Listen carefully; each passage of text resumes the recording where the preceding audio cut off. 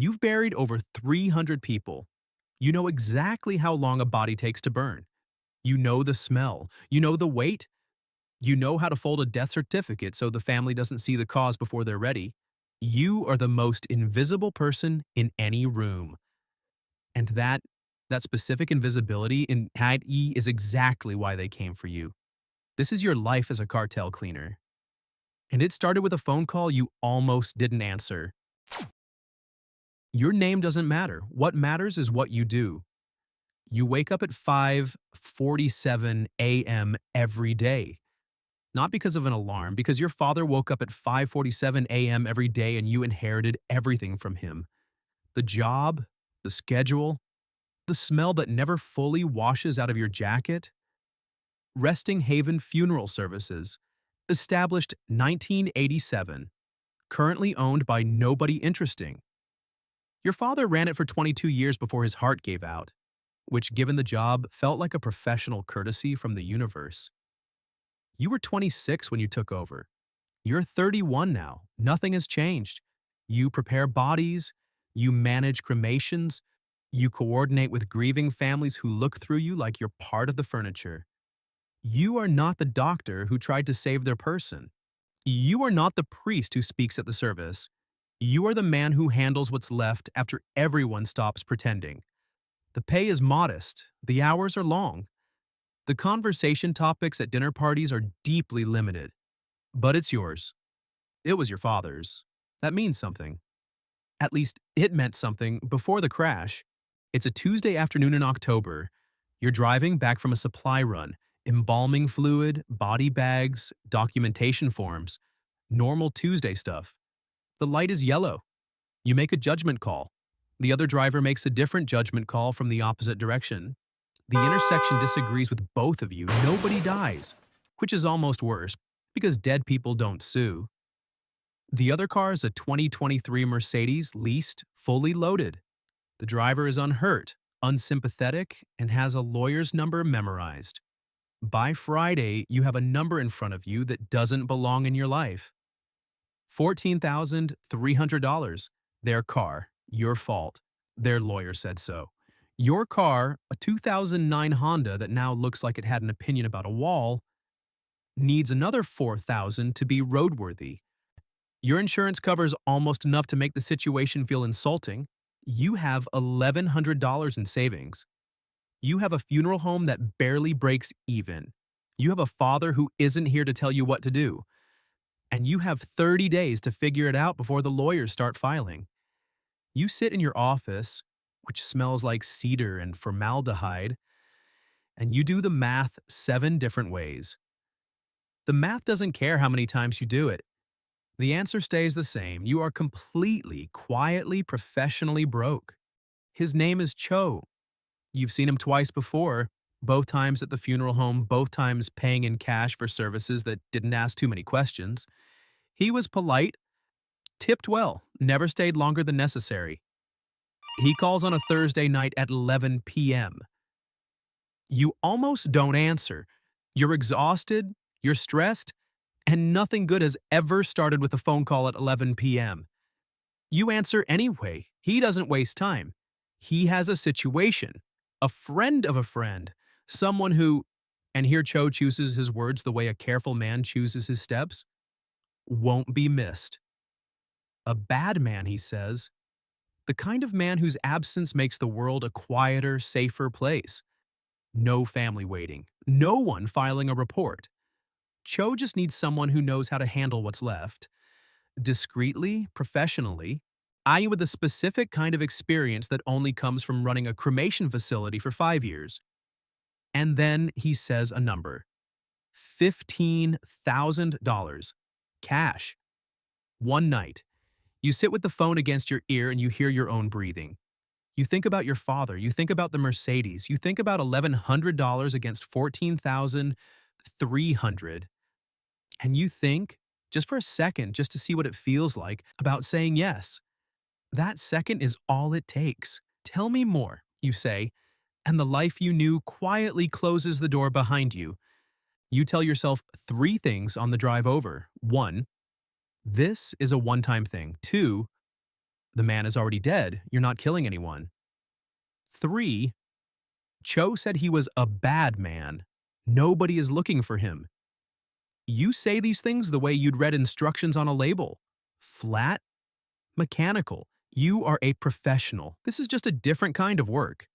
What you find in that warehouse on the edge of the industrial district, you won't describe to anyone, not because it's unspeakable, because description would mean you're still thinking about it. And the only way to finish the job is to stop thinking entirely. So you do what your father taught you. You work methodically, you work quietly, you work completely. By 4 a.m., the warehouse is cleaner than when you arrived. There is no evidence that anything happened in that space. No forensic trace, no loose ends. You are very, very good at this. That realization sits in the passenger seat the whole drive home. The envelope is on your kitchen table by Friday morning. $15,000 in banded hundreds. You count it twice, then a third time. You pay the lawyer by Monday, you fix your car by Wednesday. You have $700 left over, which is $600 more than you had before Thursday night. Cho calls on Friday. You were clean, he says. Professional, no mess. He pauses. I have a colleague who might need the same kind of help. You should say no, you know you should say no. You've known since the warehouse that you should say no. You say, have him call me. 6 months later, your life looks different. Not dramatically different.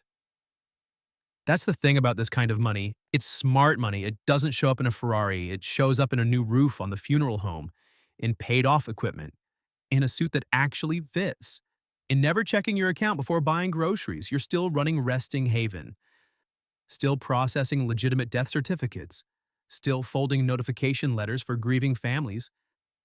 But now you have a second business. No name, no website, no business cards. Just a phone. Just Cho's network. Just you. Quiet. Invisible. The most professional person in any room who no one remembers. Your friends notice something shifted. Not what. Just that something did. Marcus, your oldest friend, takes you to dinner and squints at you across the table like he's trying to read fine print. You seem different, he says. Good, different, relaxed. You tell him the funeral home finally turned a corner. He believes you. Everyone believes you. Because the story is boring enough to be true and you've always been the boring one. That's the gift of this life. Nobody looks at the man who handles the dead. 14 months in. Cho sends you a job that's different from the others. Not the location. Not the process. The face. You recognize him the moment you pull back the sheet. Not a bad man nobody loves. Not a quiet disappearance the world won't mourn. He's a teacher, 37 years old. You went to the same high school. You didn't know him well, but you knew his face. You knew his name. 2 weeks ago, his wife posted on social media asking if anyone had seen him. 47 comments, people who loved him, people looking. A wife, 2 kids, a golden retriever named Pasta. You stand in that room for a long time. Cho told you once, I'm bad men, no families, no traces. That was the agreement. That was the line. You called Cho. He picks up on the first ring. Problem? He asks. You told me. You start. I told you what I needed to tell you, he says. His voice hasn't changed at all, still polite, still warm. Do the job. And here is where you discover something about yourself you will never be able to unknow. You do the job. Not because you want to, not because the money is good, because somewhere in the last 14 months you stopped being a man who buries the dead and became a man who makes them disappear. And those are not the same thing. 2 years in, you have more money than you've ever seen. And you can't spend any of it. That's the part they don't show you in the movies. You can't buy the apartment you've been looking at because that requires a paper trail. You can't upgrade the car without questions. You can't take the trip to Portugal you've been thinking about since you were 19 because your income, your real income, doesn't explain the cash sitting in a bag under your floorboards. You have money. You have a bag of money you can't turn into a life. Your friends see a man who's doing fine. Your bank account says a man who runs a modest funeral home. And under your floor is a number that could buy your father's wildest dream and has bought you exactly nothing. No peace, no happiness, no sleep that goes all the way through to morning. I'm just the phone. And Cho. And the next job. And the next face. The faces are the worst part. You've started to dream them. Not nightmares, just faces. Quiet. Neutral. Looking at you the way the dead always look. Like they're waiting for you to explain yourself. 3 years in, you decide to quit. Not dramatically. You don't flip a table. You don't have a breakdown in the shower. You just wake up one morning and the decision is already made. Clean and quiet, the way you make everything. You call Cho. You tell him you're done. Medical reasons, you say, stress, can't keep up the pace. You're grateful. You wish him well. You're done. Cho is quiet for a moment. Okay, he says, just, okay, you almost feel relieved. You sleep for 9 hours that night. First time in a year. 4 days later, a car parks outside the funeral home. Doesn't move for 3 hours. Same car the next morning. Different plates, same model. A week after you quit, Marcus calls you. Nervous, confused, trying to sound casual. 2 men came to his apartment, polite, just asking questions. Did he know you well? How long had he known you? How is your business going lately? They left a number. In case he thought of anything. You sit with that information for exactly 1 hour. Then you call Cho back. I made a mistake, you say. I'm not done. Cho sounds like a man who already knew you'd be calling. I know, he says. Job Thursday. I'll send the address.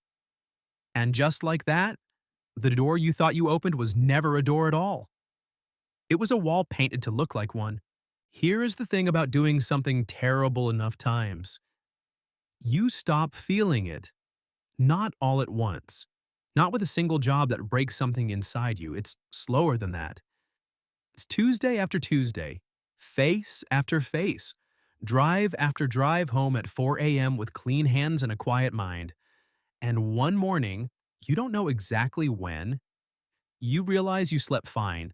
No faces, no names, no golden retriever named Pasta, just sleep. Then morning, then coffee, then work.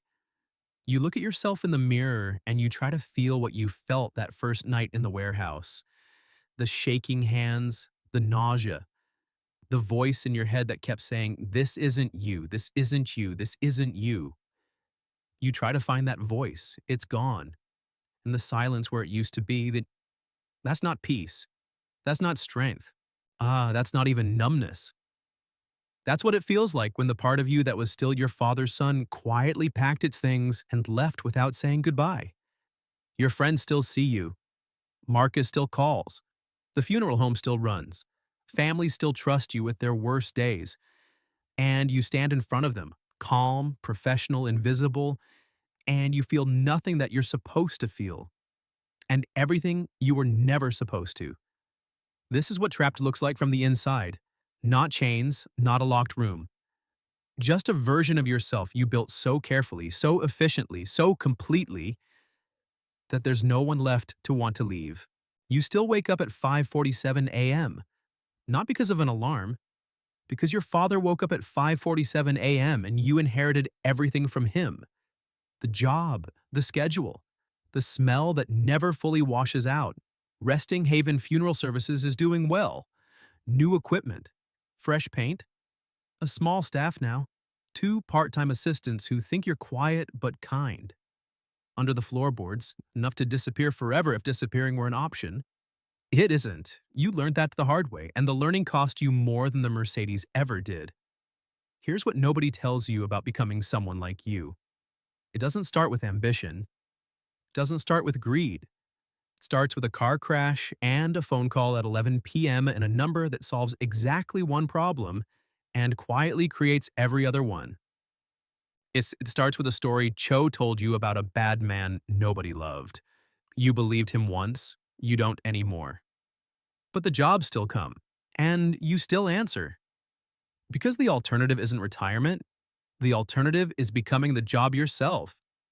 So you wake up at 5:47, you make coffee, You open the funeral home, you fold the letters for the grieving families, you handle what's left after everyone stops pretending. And when the phone rings after midnight, you answer on the second ring, not the first, never the first. One small decision that still feels like yours. The last one you have left. Beat. Silence. Multiverse Morgan. Every week, a different you. This week, you already know which version showed up.